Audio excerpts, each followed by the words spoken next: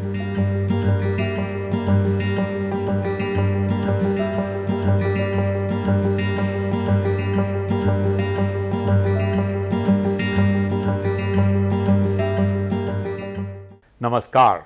Covid response team Delhi की तरफ से आप सभी का स्वागत है।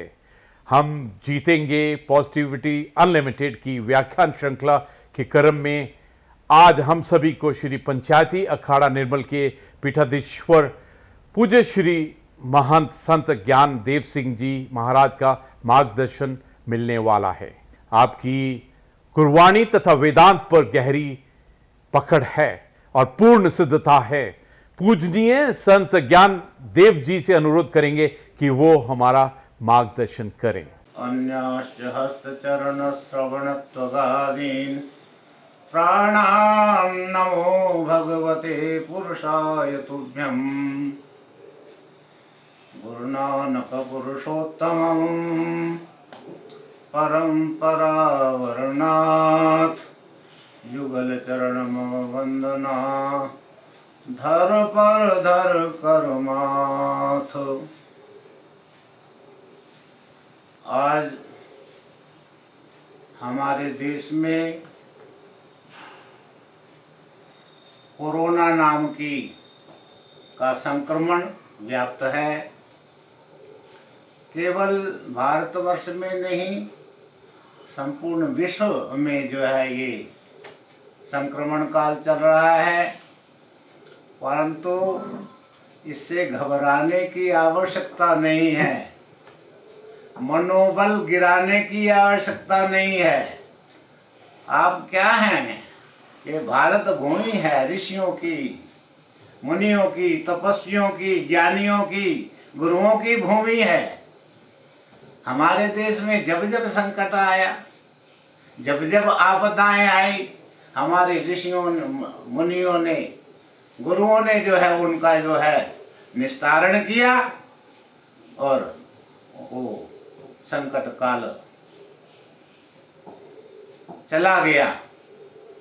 जो भी वस्तु संसार में आती है वो सदा स्थिर नहीं रहती।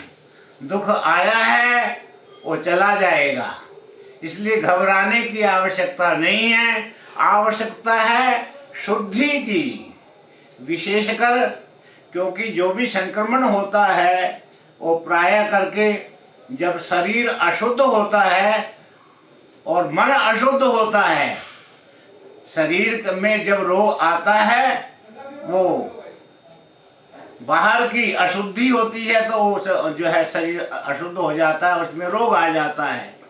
और मन जब कमजोर हो जाता है तो उसका मानसिक बल भी जो है दुर्बल हो जाता है। इसलिए शरीर को स्वस्थ रखने के लिए आवश्यकता है। हमारे ऋषियों मुनियों ने हमको तो हमारे माता पिता ने जन्म से सिखाया। हम लोगों का जन्म गांवों का जन्म है। जब गांवों में जो है पहले बाहर जंगल में दिशा मैदान जाते थे, बच्चे बाहर जाते थे, आप बाहर आकर के हाथ धोते तो मिट्टी का जो है उस समय घरों में पीली मिट्टी रखी जाती थी, पीली मिट्टी से हाथ धोए जाते थे। हम बड़े हुए, पहले हाथ धोने नहीं आते थे तो माता हाथ पकड़ करके हाथों को धुलाती थी, ऊपर से एक व्यक्ति पानी डालता था, हाथ शुद्ध होते थे। हमको कुल्ला करना नहीं आता था तो वो कुल्ला कराते थे। बड़े हुए तो हम अपने आप करने लगे। ये हमारे जन्म काल का है, इसलिए सबसे पहला गुरु कौन है? माता है, गुरुदेव माता। और हमारे वैदिक मंत्र है मातृ देवो भव, पितृ देवो भव, अतिथि देवो भव, आचार्य देवो भव। जो माता पिता की शिक्षा पूर्ण रूप से प्राप्त कर लेता है वो जो है संसार में कभी असफल नहीं होता। हमको माता ने ये सब सिखाया। हमको याद है बचपन में हमने झूठा कुछ खा करके, उसमें मिट्टी के घड़ों में पानी होता था, दूर से गांवों में कुओं से भर करके जल लेकर के आते थे। हमने झूठा हाथ घड़े को लगा दिया, माता ने थप्पड़ मारा, चपेट मारी, तमाचा मारा। क्यों? उन्होंने झूठा घड़ा झूठा कर दिया, हमारे सामने घड़ा फोड़ दिया गया, दूसरा घड़ा है। हमको शिक्षा ज्ञान हुआ कि हमको आगे से ये गलती नहीं करनी है। अचानक बाहर सोच करके आए और हाथ कहीं शरीर को लगा दिया, तब जो है तब गाल पर जो है तो फिर शिक्षा मिली, नहीं मिट्टी से हाथ मांजो, ऐसे मांजो, 1 बार नहीं, 2 बार नहीं, 3 बार नहीं, 4 बार, 5 बार। यही तो जो है आज हमारे मोदी जी से हमको सिखा रहे हैं, सब लोग सिखा रहे हैं, आप लोग सिखा रहे हैं, डॉक्टर लोग सिखा रहे हैं कि भाई हाथ धो। हमको तो बचपन से सिखाया गया, हमारी संस्कृति, भारतीय संस्कृति, सनातन संस्कृति बचपन से ही ये शिक्षा कर देती है कि हमको किस प्रकार से जो है रहना है। आहार शुद्ध हो सत्व शुद्धि, यदि हमारा आहार भी शुद्ध होगा तो हमारे में सत्व गुण आएंगे, और यदि सत्व हम होंगे तो जो है हमको जो है उस परमेश्वर का चिंतन करेंगे, और उस परमेश्वर का चिंतन करने के कारण हम अनर्थ का चिंतन नहीं करेंगे। ये हम चीजों को लोगों पहले से सिखाई गई। हमको तो ये भी बतलाया गया कि किस दिशा में हमको जो है लघु शंका करनी है, सोच किस दिशा में जाना है, हाथ कितने बार 10-12 बार हाथ मारने, पैर मांगने। और यही हमको जो है हमारे धर्म स्थलों में सिखाया। हम गुरुद्वारे में जाते हैं, वहां की व्यवस्था ये है कि गुरुद्वारे के द्वार पर शुद्ध पानी चलाया जाता है, जिसको जो है चरणपाद का बोलते हैं। वहां पर पहले जल चलता रहता है, बाहर दोनों तरफ, इधर वाश बेसन है, इधर वाश बेसन, हाथ धो करके जो है पहले हाथ धो, कुल्ला करो, और उसके बाद पैर धो करके मंदिर में प्रवेश करो, हरि मंदिर में प्रवेश करो। वहां बाहर का, क्योंकि यदि आप अशुद्ध अपना जूता चप्पल पहनेंगे तो उससे जो है आपका जो है वातावरण, जहां भी आप उस पैर को रखेंगे वो अशुद्ध होगा। उसके लिए हमारे पूर्वजों ने पहले जल में पैर धो करके जाओ और दंडोत करो, उससे जो है हमारा प्राणायाम हो जाता है, सूर्य नमस्कार हो जाता है, हमारी एक्सरसाइज हो जाती है। इसलिए हमारे गुरुओं ने, हमारे माता पिता ने हमको ये शिक्षाएं दी हैं। यदि हम उसका पालन करेंगे तो कोई भी संकट हमारे पास नहीं आ सकता, कोई भी बीमारी हमारे पास नहीं आएगी। बचपन में ही हमारे घरों में जो है हर एक घर के, हर एक गांव में कितने ही नीम के वृक्ष होते थे, बच्चों को सिखाते थे कि दातन करो, नीम की दातन करो। उस समय ये पेस्ट वगैरह तो भी जानता ही नहीं था, हम लोगों ने भी नहीं जाना था। ये तो जब हम शहरों में आए तब हमको ये पता चला कि, और कितना साधारण प्रयोग है, जहां पर गांव में कुछ भी नहीं, वनवासी आदिवासी क्षेत्रों में भी जो है केवल नमक से ही जो है मंजन करके जो है मुख शुद्धि हो जाती है। कितने हमको जो हम प्रकृति से दूर हो गए हैं, तो इसलिए हम जो है ये आपदाएं हम पर आ रही हैं। हम उन्हीं प्राकृतिक नियमों को अपनावें तो जो है हमारे पास कोई भी जो है संक्रमण नहीं रह सकता। और यदि कोई संक्रमित हो भी गया है तो जो आज हमको हमारे डॉक्टर लोग, हमारे वैद्य लोग, हमारे बड़े लोग जो है हमको बतला रहे हैं, हमारी सरकारें हमको वो कह रही हैं, उनका हम विधि पूर्वक यदि पालन करेंगे तो जो है हम संक्रमण से दूर बच जाएंगे। मृत्यु हमारे पास नहीं आ सकती, मृत्यु हमारा क्या बिगाड़ेगी, कुछ नहीं बिगाड़। हम तो अमृतस्य पुत्राः, भाई आप तो अमृत के पुत्र हो, मृत्यु आपके नजदीक नहीं आ सकती। आत्मा तो शुद्ध बुद्ध मुक्त, न जायते न म्रियते वा कदाचिन, नायम आत्मा भविता वा न भूयः, अजः नित्यः शाश्वतोऽयं पुराणो न हन्यते हन्यमाने। गीता में भगवान कह रहे हैं। इसलिए निराश होने की आवश्यकता नहीं है। यदि आप संक्रमित हो गए हैं तो भाई 14 दिन के लिए आप जो कोप भवन में चला जाइए। कोप भवन का मतलब यह है कि आप एक कमरे में चले जाइए। मुझे याद है कि हमारे सेवक बॉम्बे में जो है हमारे गुरु जी के सेवक, हमारे बड़ों के सेवक, उनका फोन आया कि महाराज आपकी पुत्रवधू संक्रमित हो गई है। मैंने कहा फिर क्या कर रहे हैं? तो उन्होंने कहा कि वो कमरे में 14 दिन से बंद है, वो अपना जो है उसको खाना भोजन बना करके दे दिया जाता है खिड़की के रास्ते से। वो अपने वस्त्रों को आप धोती है, भोजन करके उनको धो करके खिड़की पर रख देती है, हम लोग दोबारा उनको मांजते हैं। इस प्रकार से यदि कोई संक्रमित हो जाता है तो उससे अध्यात्म परमात्मा का चिंतन करे, गीता का पाठ करे, गुरबाणी का पाठ करे, अपना जो है अपने शरीर को स्वस्थ रखे, मन को स्वस्थ रखे। मन जीते जग जीत। यदि आपका मन जो है स्वस्थ है तो आप जो स्वयं स्वस्थ रहेंगे, आप पर कोई भी प्रभाव नहीं हुआ। और मुझे पता चला कि वो बच्ची अब बाहर है, सब कार्य कर रही है, ऐसे नियमों का पालन करते। एक हमारे और शिष्य हैं, पता चला उनको बुखार आ गया और वो संक्रमित हो गए हैं। उन्होंने कहा महाराज मैं क्या करूं? अपने का कुछ करने की जरूरत नहीं, अपना जो है अपना आप योगाभ्यास करिए, प्राणायाम करिए। तो उन्होंने जो है अभ्यास किया, उनकी ऑक्सीजन रेट भी घट था। तो वो सब जो है, क्योंकि यदि आप जो है प्राणायाम करेंगे, योगाभ्यास करेंगे, अनुलोम विलोम करेंगे और अपने नजदीकी वैद्य के संपर्क में, डॉक्टर के संपर्क में आकर के उनसे जो है अल्प औषधि लेंगे तो आप जो है कोई भी संक्रमित, आप जो है कोई भी डरने की आवश्यकता नहीं, आप अवश्य स्वस्थ हो जाएंगे। ऐसा ही हुआ।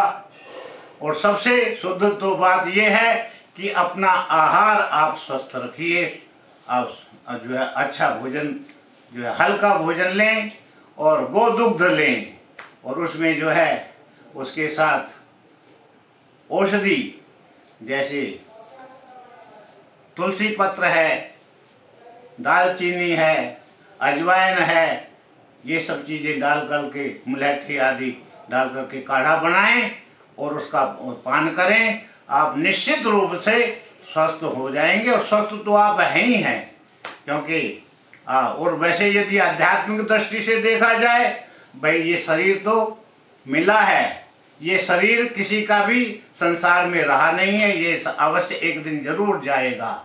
जातस ही ध्रुवो मृत्युर ध्रुव में जन्म मृतस्य है, जो उपजो सो विनस है, पर्यो आज के काल, नानक हर गुण गायले, छाड़ जगल जंजार।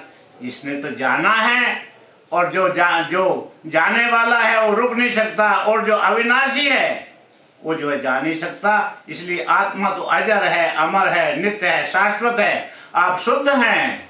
माता मंदालसा ने भी तो अपने पुत्रों को यही कहा, शुद्धोषि बुद्धोषि निरंजनोषि, संसार माया परिवर्जितोषि, संसार स्वप्नम त्यज मोह निद्रा, मदालसा वाक्य मुवाच पुत्रम।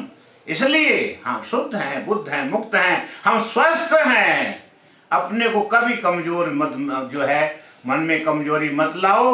और ये क्या कहते हैं आपके सैनिटाइजर को जिनसे हाथ धोते हैं, हाँ, ये भाई बार बार हाथ धो, पैरों को धो, और नियमित रूप से दिन में 2 बजे यदि आप बाहर जाते हैं तो गर्म पानी से आकर के स्नान करो। हमारे महात्माओं ने, हमारे गुरुओं ने बचपन से ही हमको यही समझाया है कि प्रतिदिन वस्त्र बदलने हैं, बाहर यदि जाना है, बाहर से आकर के सभी वस्त्रों को बदलना है, गर्म पानी से स्नान करना है। और आपके पास तो ऐसी ऐसी प्राकृतिक औषधियां हैं भारत में, जो है सबसे बड़ी औषधि तो नीम है। नीम की पत्ती को उबाल करके आप जो है उससे नहाइए तो सब रोग, त्वचा के रोग दूर जो हो जाएंगे।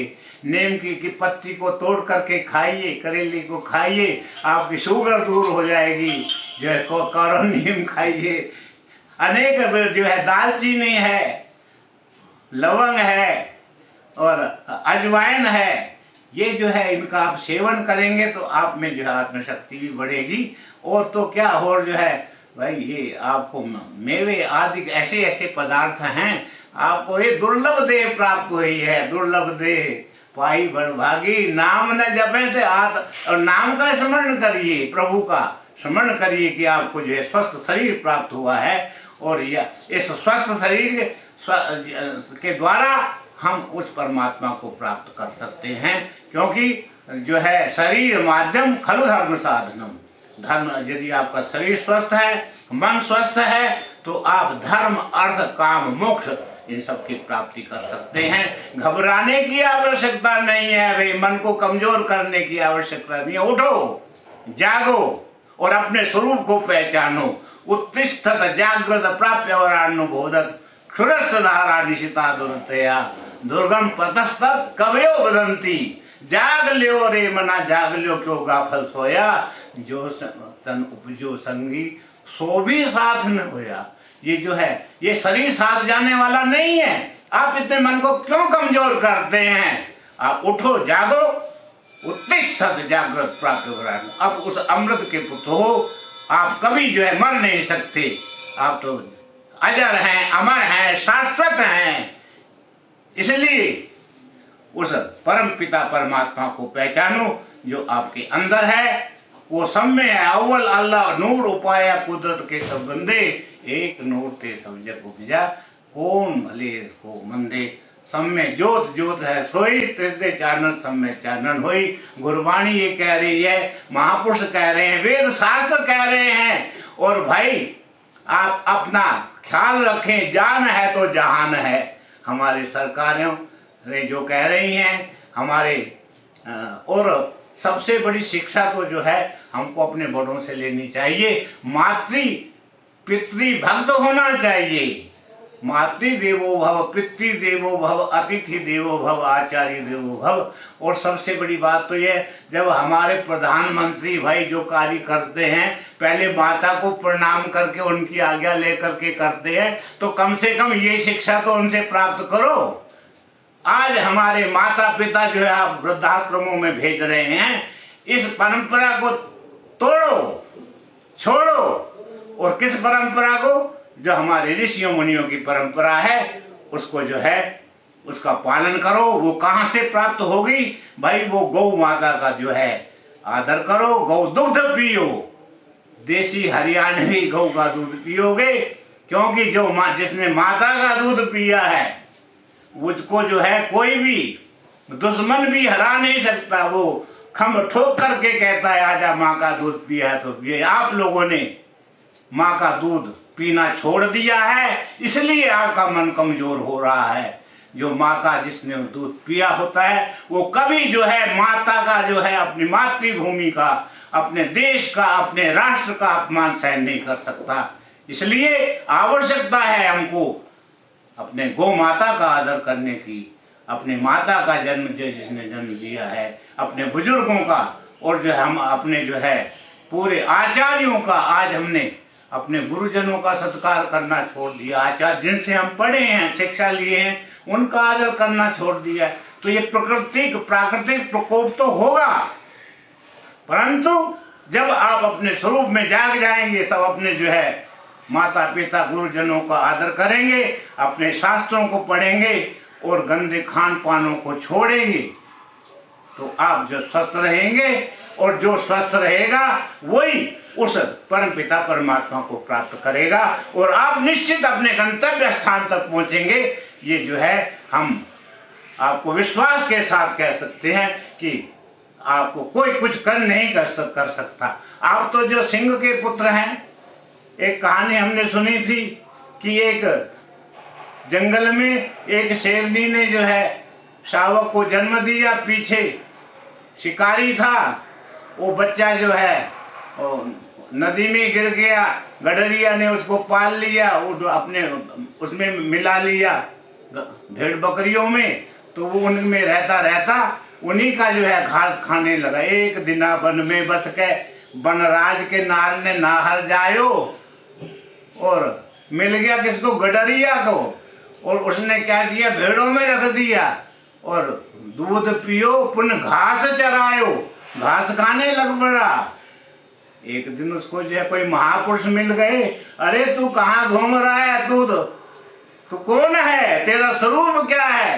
कहते मैं भी तो जो है भेड़ ऊँट कहते नहीं तू सिंह है, दूध पियो पुण्य घास चरायो। ऐसे ही ये जो है अपना जो है अपने स्वरूप को भूल करके जो है ये विषय इंद्रियों में जो विकारों को घूम करके जो है ये भूल गया, अपने स्वरूप को भूल गया। दूध पियो पुण्य घास चरायो, तैसे ही आत्म ज्ञान बिना नर मूढ़ ब्रह्म ते मूढ़ ते नर ब्रह्म ते जीव ते मूढ़ का आयो।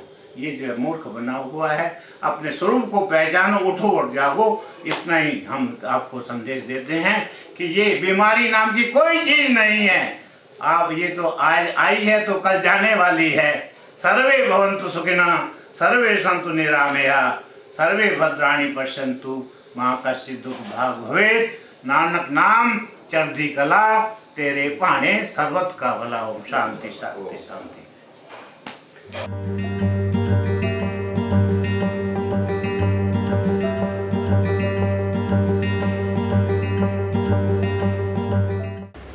कोविड रिस्पांस टीम दिल्ली की तरफ से आप सभी का स्वागत है। हम जीतेंगे पॉजिटिविटी अनलिमिटेड की व्याख्यान श्रृंखला के क्रम में आज हम सभी को परम शक्ति पीठ एवं वात्सल्य ग्राम की संस्थापक पूज्य दीदी माँ साध्वी ऋतंभरा जी का मार्गदर्शन मिलने वाला है। समाज में दीदी माँ के नाम से ख्याति प्राप्त पूज्य साध्वी ऋतंभरा जी एक प्रसिद्ध आध्यात्मिक गुरु, भारतीय संस्कृति और हिंदुत्व की उपदेशक और समाज सेवी। पॉजिटिविटी अनलिमिटेड की इस श्रृंखला में पूज्य दीदी माँ साध्वी ऋतंभरा जी से मार्गदर्शन हेतु हम प्रार्थना करते हैं। सादर नमस्कार करती हूँ। बहुत विचित्र परिस्थितियाँ हैं, विपरीत परिस्थितियाँ हैं, लेकिन विपरीत परिस्थितियों में ही समाज के धैर्य की परीक्षा होती है। इन विपरीत परिस्थितियों में जबकि हमारा पूरा देश एक विचित्र महामारी से जूझ रहा है, ये वो समय है जब हमें अपनी आंतरिक शक्ति को जागृत करना है। इस देश ने तपश्चर्या, तप और त्याग की आग क्या होती है उसमें से गुजरना जाना है। उस तपस तेज की आग में से गुजर कर एक कुंदन की तरह चमक कैसे धारण की जाती है, ये मेरे पुरखों ने इसका अनुभव लिया है और हमें वो हमारे धर्म ग्रंथों में वांगमय रूप में वो प्राप्त है। सच है, विपत्ति जब आती है तो कायर ही को दहलाती है। सूरमा नहीं विचलित होते, पर एक पल एक नहीं धीरज खोते। विघ्नों में राह बनाते हैं, कांटों को गले लगाते हैं, मुख से न कभी उफ कहते हैं, जो आ पड़ता सो सहते हैं। खम ठोंक ठेलता है जब नर, तो पर्वत के जाते पांव उखड़। मानव जब जोर लगाता है तो पत्थर पानी बन जाता है। मनुष्य के सामने, मनुष्य के साहस के सामने, मनुष्य के संकल्प के सामने, उसकी दृढ़ शक्ति के सामने बड़े बड़े पर्वत तक टिक नहीं पाते। आपने देखा, नदी का प्रवाह जब प्रवाहित होता है तो वो बड़ी बड़ी चट्टानों को भी रेत में परिवर्तित करने की सामर्थ्य रखता है। इसलिए इस विकट परिस्थिति में जो है वो असहाय होने से समाधान नहीं होगा, अपनी आंतरिक शक्ति को जागृत करना होगा। मैं विचार कर रही थी प्रातःकाली, तो मुझे एक पौराणिक कथानक स्मरण हो गया। महाभारत का समय था, कुरुक्षेत्र के मैदान में जो श्री हरि भगवान श्री कृष्ण एक टिटिहिरी की करुण क्रंदन को सुन रहे हैं। कुररी, उसको कुररी भी कहा जाता है। वो करुण क्रंदन है, उसमें विलाप है, उसमें व्याकुलता है, उसमें कुछ प्रार्थना है। वो प्राणी जो है, पंछी जो है, भगवान के रथ के चक्र लगा रहा है और चीत्कार कर रहा है। श्री कृष्ण की दृष्टि उस पर पड़ी, उसने अपने मौन में ही प्रार्थना कर ली कि प्रभु, ये जो कुरुक्षेत्र का मैदान है, यहाँ योद्धा से योद्धाओं के तलवारें एक दूसरे से टकराएंगी, पर मेरी तो छोटी सी दुनिया है। दुनिया में कुछ भी हो जाए कुछ फर्क नहीं पड़ता, पर अपनों के साथ कुछ हो जाए तो सारी दुनिया बदल जाती है। तो मेरी इन अंडों का क्या होगा? भगवान थोड़ी सी देर उसको देख के मुस्कुराए और कुरुक्षेत्र के मैदान की अन्य व्यवस्थाओं को देखने में लग गए। वो मूक प्राणी, वो मूक था, वाणी नहीं थी पर वाणी थी, दर्द था और वो करुण क्रंदन पुकार बन गया जब, तो श्री हरि ने उस पुकार को सुना था और अर्जुन से कहा, अर्जुन देख रहे हो सामने वो जो हाथी है उसके घंटे पर, उसके घंटे की जंजीर पर बाण चलाओ। वो घंटा जंजीर से अलग होकर नीचे आके धप से गिर गया। 18 दिन वो महायुद्ध चलता रहा, महाकाल वहां मंडराता रहा, मृत्यु तांडव नृत्य करती रही। 18 दिनों के बाद जब शवों से पटी थी वो सारी धरती और भगवान उसी तरह युद्ध क्षेत्र का निरीक्षण करते करते उस जगह पहुंचे और अर्जुन से कहा इस घंटे को हटा दो। और जैसे ही वो घंटे को हटाया गया तो उसके नीचे से टिटिहरी के 4 बच्चे चूं चूं करते जीवित मृत्यु के उस महासागर में जीवन का गीत गाते हुए प्रकट हो गए थे। मुझे स्मरण आ रहा था कि जैसे कुरुक्षेत्र के मैदान में भगवान ने उस टिटिहरी से कहा था कि 3 हफ्ते के लिए बंद हो जाओ, अपना चोगा एकत्रित कर लो और लॉकडाउन हो जाओ, अपनी समस्त शक्तियों को समाहित करो और भरोसा रखो। हुआ था ना समाधान, होता है ना समाधान। समाधान होता है जब मनुष्य को अपने पर भरोसा होता है, समाधान होता है जब मनुष्य अपने आराध्य और अपने इष्ट पर भरोसा करता है। इसलिए विश्वास के साथ हम इस महामारी से पार जाएंगे। मैं समस्त भारतवासियों को निवेदन करना चाहती हूँ कि दोषारोपण से क्या होगा, किसने क्या किया किसने क्या नहीं किया। राज्य अपनी व्यवस्थाओं में लगा है, सन्नद्ध है वो व्यवस्था करने में, लेकिन राज्य ही काम करेगा क्या? राष्ट्र भी तो काम करेगा। और राष्ट्र क्या है? अगर राज्य शासन प्रशासन है तो राष्ट्र है इस देश का निवासी।